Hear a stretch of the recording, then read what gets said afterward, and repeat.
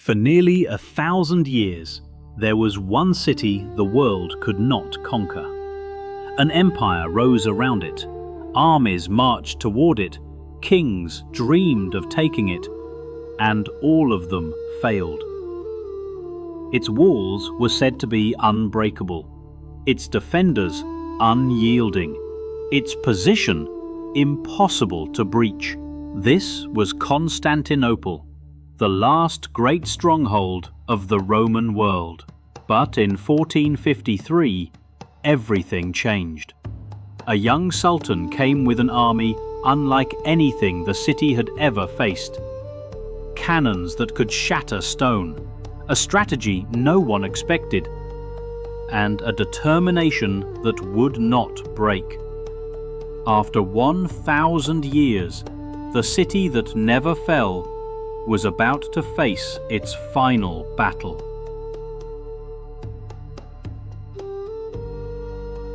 Constantinople stood at the crossroads of the world.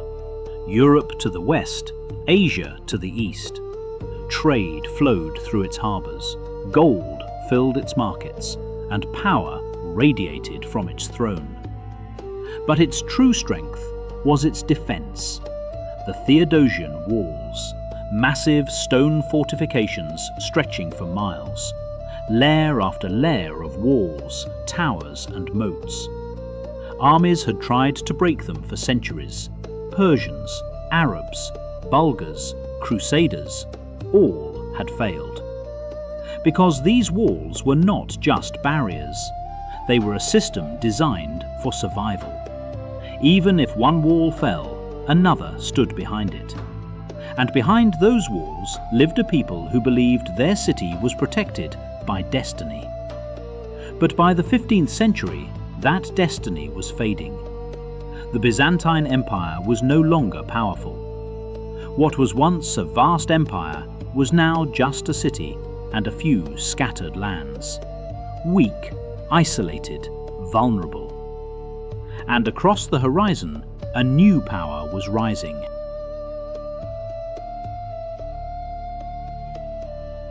His name was Mehmed II, only 21 years old, but he had one goal: to conquer Constantinople. Not for glory alone, not for wealth, but to make history. He believed it was his destiny to do what no one else could. So he prepared. He built an army of over 80,000 men, elite soldiers known as janissaries, cavalry, archers, engineers. But his greatest weapon was something the world had never seen before: giant cannons, forged to destroy walls that had stood for centuries. One of them, so massive it took hundreds of men to move it. Each shot could shake the earth. Each impact could crack stone. Mehmed wasn't just bringing an army, he was bringing the future of warfare. And Constantinople was about to face it.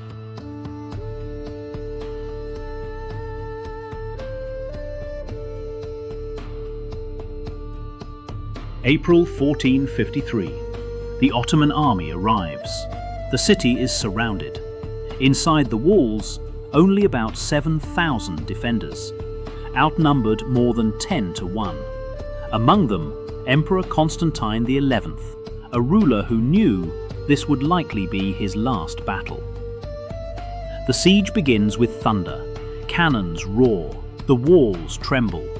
Day after day, the Ottomans bombard the city. Stone cracks, dust fills the air. Sections begin to weaken, but still the walls hold. And every night, the defenders repair the damage, fighting not just with weapons, but with time.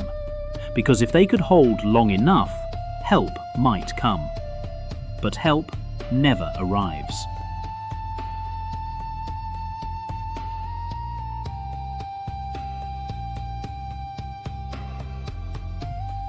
There was one place the Ottomans could not enter: the Golden Horn, a protected harbour sealed by a massive chain. No enemy fleet had ever broken through it. So Mehmed did something unthinkable. he moved his ships over land. Hundreds of ships dragged across hills on greased logs in the dead of night. When the sun rose, the Byzantines saw the impossible. The Ottoman fleet inside their harbour. Now the city was surrounded from every side. Panic spread. There was no escape, no reinforcement, only the walls and the men defending them.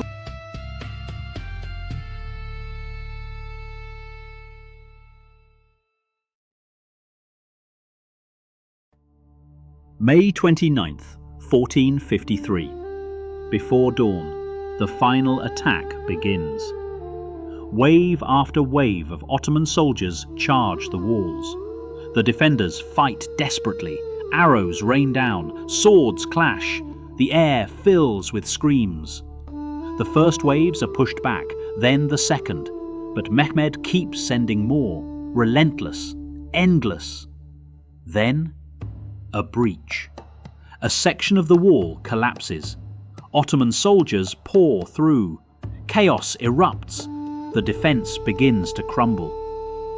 Emperor Constantine XI refuses to flee. He removes his royal insignia and charges into battle like a common soldier. He is never seen again. The last Roman emperor dies with his city.